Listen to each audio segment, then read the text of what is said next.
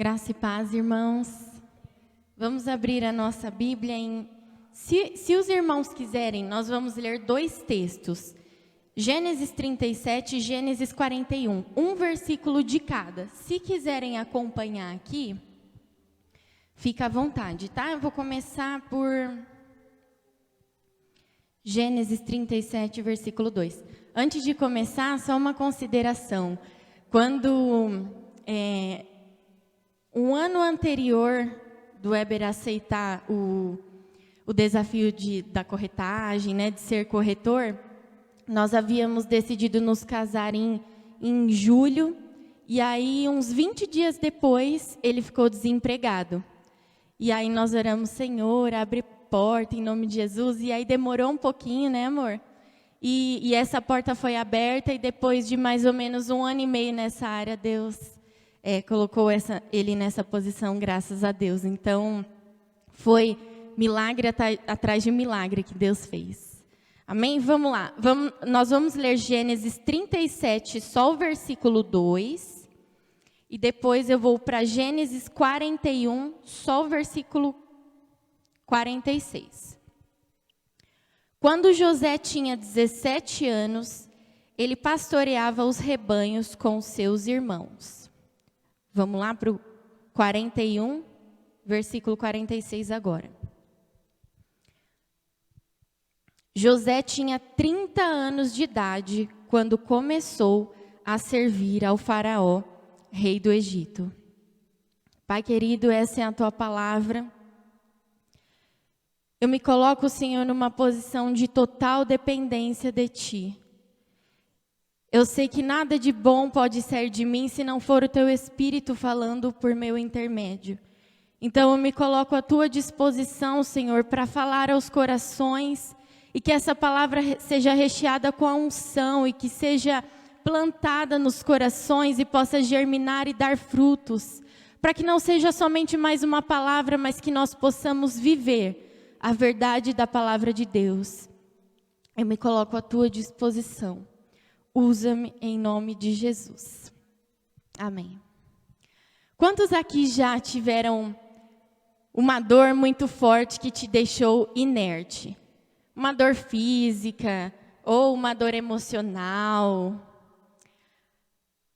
Há umas 2 semanas atrás, algumas pessoas. Há umas 2 semanas atrás, quando eu comecei a preparar essa pregação, eu marquei poucos clientes e eu tirei um dia para que eu mergulhasse mesmo na palavra de Deus, começasse a preparar a ministração. Foi numa quarta-feira e eu marquei pouquíssimos clientes para que eu tivesse um tempo hábil para fazer isso. E aquele dia eu acordei com uma dor de cabeça terrível. E aí eu levantei, eu falei, eu vou tomar um banho, vou melhorar, talvez o vapor do chuveiro já melhore, faça uma inalação. E eu tomei banho e não melhorou. Aí eu falei, não, então eu vou fazer um chá de maracujá com gengibre, que geralmente passa a minha dor. Tentei por meios naturais e também não passou. Aí eu falei, então eu vou tirar um cochilinho de uns 30 minutos, porque eu tirei o dia para fazer isso. Eu vou tirar um cochilinho e eu acho que eu vou acordar bem. E eu deitei, dormi e continuei com a dor de cabeça. Aí eu falei, então vou tomar o remédio e agora vai resolver. E eu tomei o remédio e não resolveu. Aquele dia foi um dia totalmente inútil para mim. Eu não consegui preparar a ministração. É o quê? Foi um dia perdido. Foi um dia completamente improdutivo. Porque aquela dor de cabeça veio e ela me deixou paralisada. E quando a gente tá doendo algum lugar do nosso corpo, tá doendo alguma coisa, nós ficamos paralisados de certa forma, não é verdade? Quando vem uma dor de cabeça, parece que a gente não consegue se concentrar em nada, você não consegue pensar, você não consegue meditar, é difícil. E existem algumas dores na nossa vida que elas têm o poder de nos paralisar. Seja ela uma dor física, uma dor de cabeça, uma dor nas articulações, seja ela uma dor emocional, seja ela uma dor na alma, algumas dores têm o poder de nos paralisar e nos deixar inerte diante de algumas situações. Quando a gente olha para a vida de José, quando nós lemos a história inteira de José, você conhece, mas só recapitulando, José era o filho preferido de Jacó, e por isso os irmãos dele o odiavam. José ele foi vendido para uma caravana de ismaelitas, foi vendido pelos irmãos para essa caravana, e ele foi comprado lá no Egito como escravo. Ele ficou um tempo servindo Potifar, e depois que ele estava servindo Potifar, a mulher de Potifar viu que José era bonito, interessante, um homem de porte legal, e ela começou a se interessar por José. Só que José era um homem temente a Deus, e ele se desviava do mal, e quando aquela mulher começou a assediá-lo, ele fugiu. Ele falou: longe de mim ferir o coração de Deus e também desonrar o meu senhor, que era Potifar, o senhor dele. E ele correu, e essa mulher, ela acusou José de ter assediado ela, o que era uma mentira. E a história de José, o decorrer da história da vida de José, é uma história cheia de dores, é uma história de deserto. Depois disso, além dele ter sido vendido pelos irmãos, ele foi preso, ele ficou preso neste lugar. E no começo nós lemos que a história de José começou a ser contada quando ele tinha 13 anos de idade. E de fato, tudo aquilo que Deus havia prometido, tinha mostrado para José que iria acontecer na vida dele, começou a acontecer somente quando ele tinha 30 anos de idade. Olha o que nós lemos. José tinha 30 anos de idade quando começou a servir o faraó, o rei do Egito. Olha quantos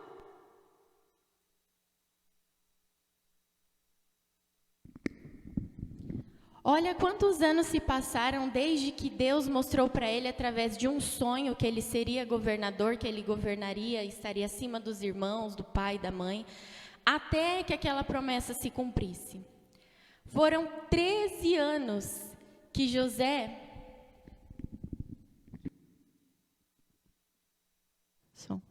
Foram 13 anos que José passou por maus bocados.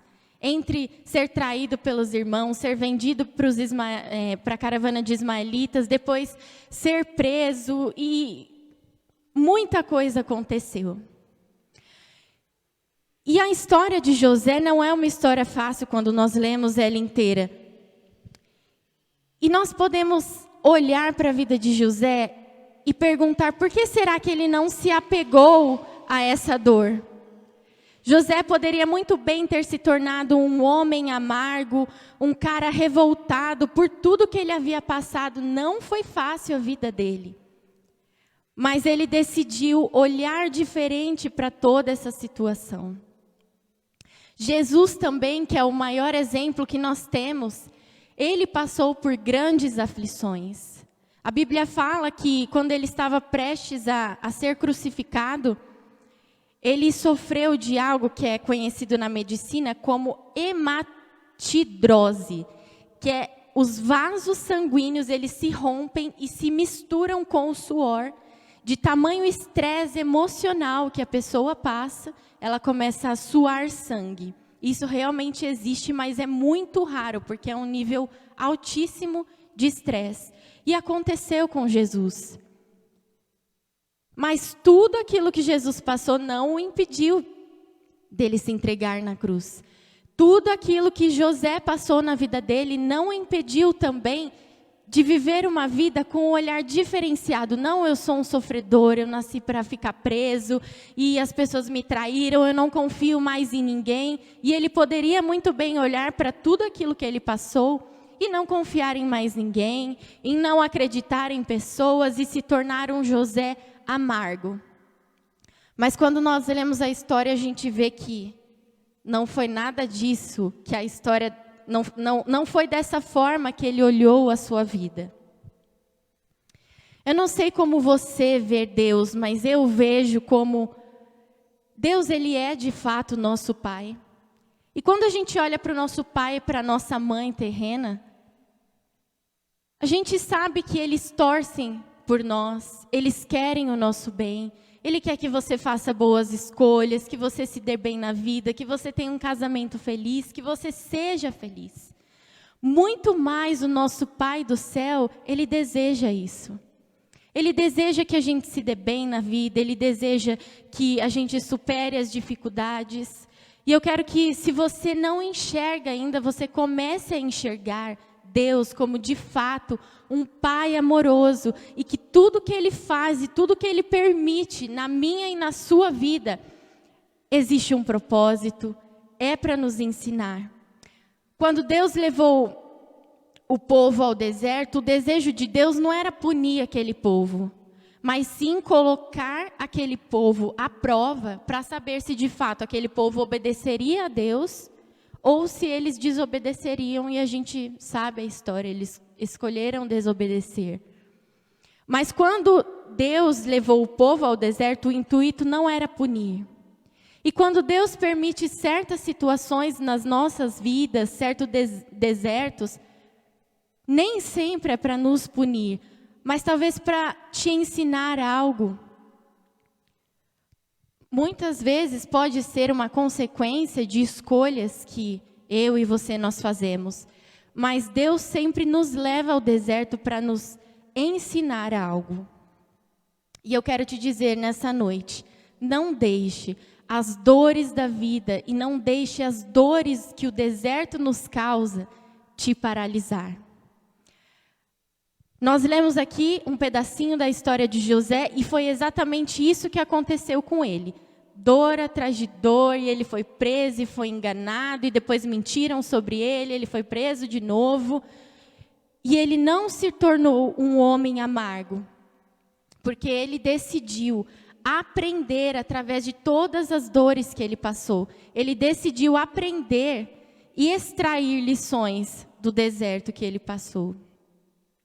E eu quero deixar duas verdades nessa noite para vocês, sobre o que o deserto mostra e faz em nós. Em primeiro lugar, o deserto, ele demonstra quem nós somos. Quando a Bíblia relata sobre, antes de José ele ser governador, ele interpretou o sonho de Faraó sobre os 7 anos de fartura e os 7 anos de escassez que teria. Ele interpretou esse sonho através de Deus, e a partir disso, ele foi colocado como governador, e nos 7 primeiros anos de fartura, ele tirava uma porcentagem para deixar guardado, para que nos anos de escassez eles pudessem vender trigo e grãos, para que as pessoas não morressem de fome. E quando José estava, acredito que era no 2º ano de fome, e ele estava como governador vendendo os grãos, os irmãos de José chegaram no Egito para comprar. E olha só o que aconteceu. Eu vou ler com você Gênesis 42, do versículo 7 ao 9. José reconheceu seus irmãos e logo que os viu, mas agiu como se não conhecesse, e lhes falou asperamente: de onde vocês vêm? Responderam eles: da terra de Canaã, para comprar comida. José reconheceu os seus irmãos, mas eles não o reconheceram. Lembrou-se então do sonho que ele teve a respeito deles e disse: vocês são espiões, vocês vieram para ver onde a nossa terra está desprotegida. Essas foram as palavras de José a princípio, quando ele viu os seus irmãos. O que aconteceu nessa situação? A princípio, José, de fato, ele ficou muito furioso. Quando ele viu seus irmãos, ele estava como governador, ele viu seus irmãos vindo comprar trigo, e ele ficou muito furioso. E ele lembrou do sonho que ele teve, que José estaria em alta posição. Ele lembrou daquele sonho e talvez tenha lembrado de tudo que os irmãos fizeram para ele. E começou a falar asperamente. O que nós vemos aqui? O homem sem Deus é isso. Não existe algo de bom no homem. O que de bom existe em nós é aquilo que Deus faz através de nós. Qual que é o normal da situação? Coloca aí, você que tem irmão, imagina os seus irmãos te baterem, te jogar num poço, te vender para uma caravana, falar para o seu pai que você morreu, foi devorado por um bicho selvagem. Imagina você ser traído pelos próprios irmãos, aqueles com quem você cresceu, aquele que teve os mesmos ensinamentos, todos o mesmo pai. Imagina você ser traído. A princípio, o normal de reação de uma vida sem Deus é você querer revidar, você querer tratar de fato asperamente. Como a princípio José fez. Quem são vocês? De onde vocês vieram? Vocês são espiões. Só que eu acredito que nesse meio tempo, nesse decorrer, José deve ter falado com Deus, falado, Senhor, me ajuda, que sozinho eu não consigo. A Bíblia não relata essa oração, mas eu acredito que José tenha feito isso. E olha o que diz Gênesis 50, versículo 19 e 20. Depois que ele se reconciliou com os irmãos, depois que ele falou, olha, eu sou José, o irmão que vocês traíram e venderam. José disse, não tenham medo, estaria eu no lugar de Deus? Vocês planejaram o mal contra mim, mas Deus o tornou em bem, para que hoje fosse preservado a vida de muitos. José, ele reconheceu que todo o sofrimento que ele passou era por conta de um propósito maior. E de fato, muitas vidas foram salvas através do planejamento que ele teve de fazer o estoque de comida, porque senão as pessoas morreriam de fome. E de fato, muitas vidas foram poupadas através desse planejamento e através da interpretação que Deus deu. E José, ele entendeu todo o sofrimento que ele passou como um propósito. Porque ele buscou em Deus. Porque a princípio, quando os irmãos vieram, ele ficou furioso. Mas depois, com a ajuda de Deus, ele reconheceu que tudo que ele havia passado, toda a trajetória dele foi uma permissão de Deus. E que todo aquele mal que os irmãos fizeram, Deus tinha convertido em bem. E é isso que Deus faz nas nossas vidas. Todo mal, toda coisa ruim, Ele converte em bem. Todas as coisas cooperam para o bem daqueles que amam a Deus. Então, mesmo que você esteja passando um deserto, mesmo que você esteja com uma dor na alma, uma dor física, uma dor emocional, lembre-se sempre, todas as coisas cooperam para o bem daqueles que amam a Deus. E assim como Deus fez com José, Ele faz comigo e com você. Ele converte todo o mal em bem e cumpre propósitos na nossa vida. Salmo 10, versículo 14 diz, mas tu enxergas o sofrimento e a dor e observa-os para tomá-los em suas mãos. A vítima deles entrega-se a ti. Tu és o protetor do órfão. Mas tu enxergas o sofrimento e a dor e observa-os para tomá-lo em suas mãos. Eu não sei o que você tem passado. A nossa vida, ela é recheada de desertos, de problemas. No mundo nós teremos aflições de todos os tipos. Talvez você tenha um diferente do meu, eu tenha um diferente do seu, mas todos nós enfrentamos problemas no decorrer da nossa vida.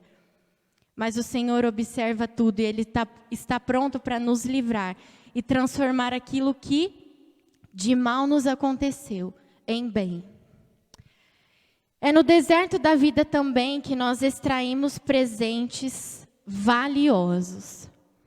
Quando a gente olha para o deserto, a gente vê muitas dunas, a gente sabe que tem falta de água, é um solo que não tem muita fertilidade e é uma área com baixa umidade.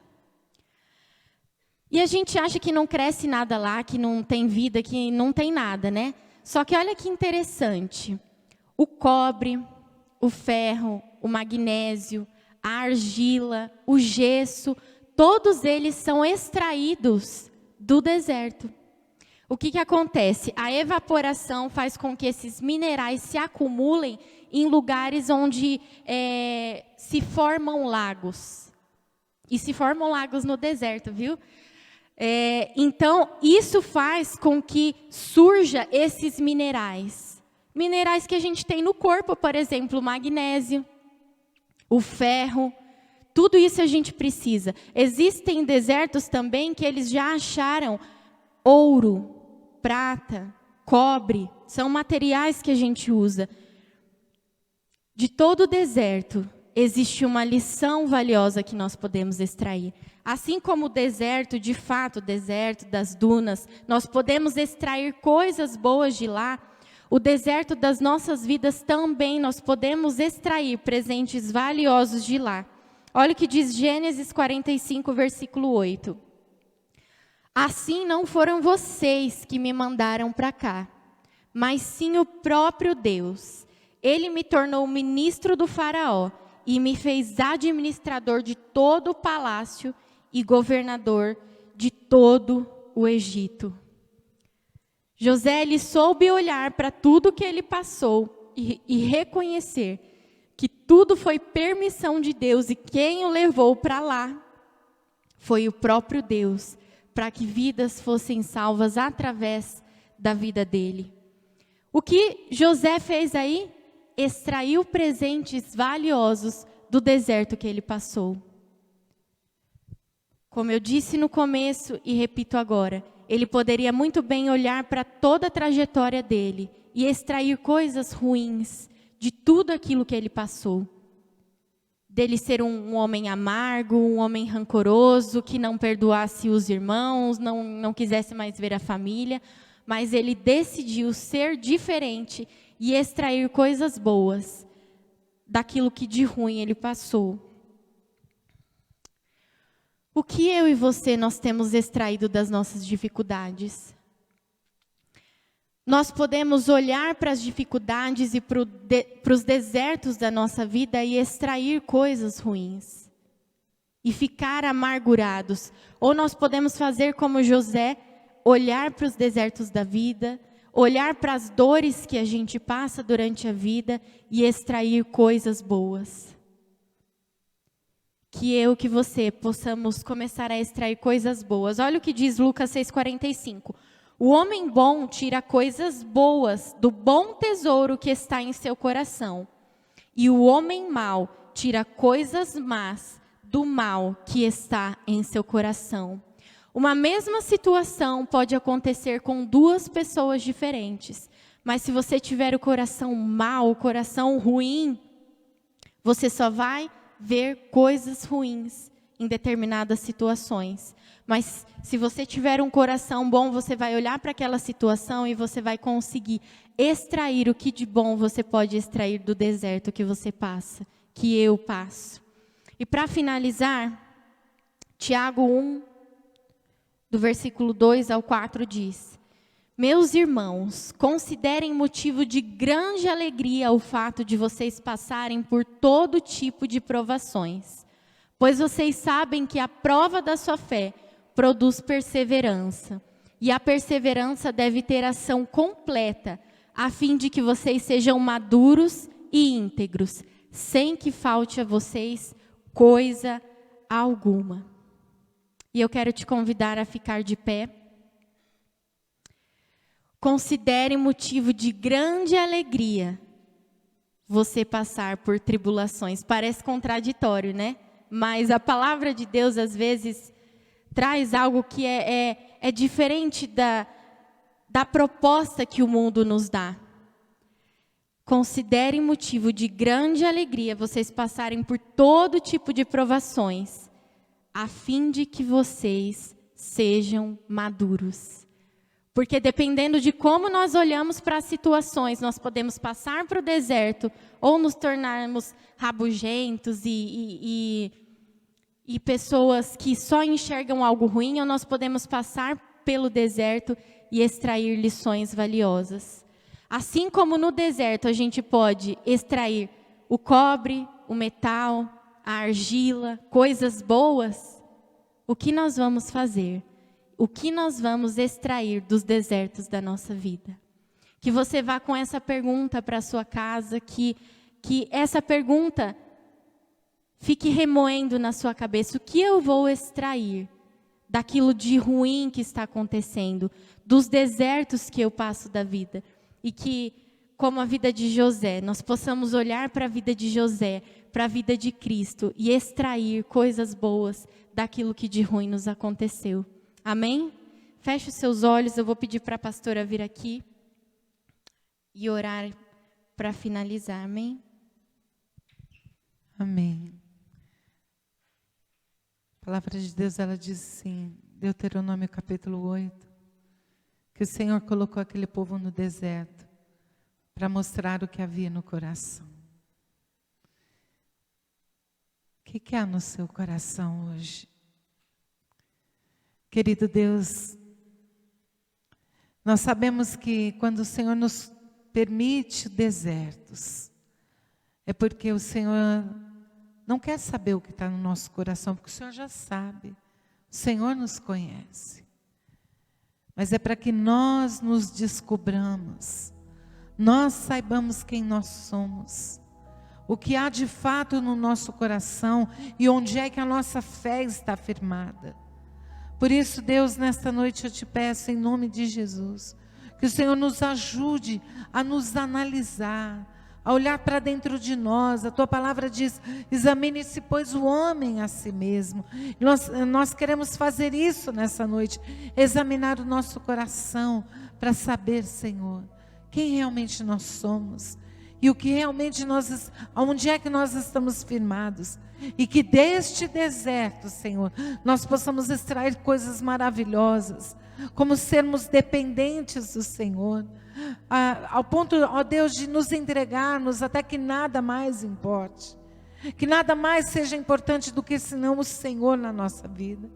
Ajuda-nos a compreender a Tua palavra desta maneira, assim como José entendeu que o propósito do Senhor, de tantas coisas horríveis que aconteceram com ele, foi para um propósito maior, que nós consigamos ver os propósitos maiores que o Senhor tem na nossa vida. Ajuda cada irmão, cada pessoa que aqui está, a compreender, Senhor, que o Senhor não nos castiga, que o Senhor não nos leva para o deserto, o Senhor nos permite desertos, o Senhor nos permite andar por ele, mas é para que o nosso coração se curve diante do Senhor, para que a gente aprenda a dependência do Senhor, sermos dependentes de Ti. Eu oro nesta noite por cada coração que aqui está, inclusive o meu, Senhor, para que eu possa me inclinar para Ti e entender que tudo que o Senhor faz é bom e que os Teus propósitos sempre são maiores. Ajuda cada um dos Teus filhos a compreender isso. Em nome de Jesus nós oramos. E eu te peço, Senhor, agora, leva os teus filhos debaixo da tua potente mão. Guarda debaixo da tua graça, do teu cuidado, Senhor. Livra do homem mau, livra, Senhor, do homem violento, livra do mentiroso, do enganador. Cobre os teus filhos com teu sangue precioso. Guarda por onde eles andarem. E, ó Deus, que a tua bênção esteja sobre cada casa, sobre cada lar aqui representado, sobre cada vida. E que o Senhor te abençoe e te guarde. Que o Senhor faça resplandecer o seu rosto sobre ti e te conceda graça. Que o Senhor volte para ti o teu rosto e te dê a paz. Louvado seja Deus. Vá em paz, querida, em nome de Jesus, examinando o seu coração nessa noite. Deus te abençoe.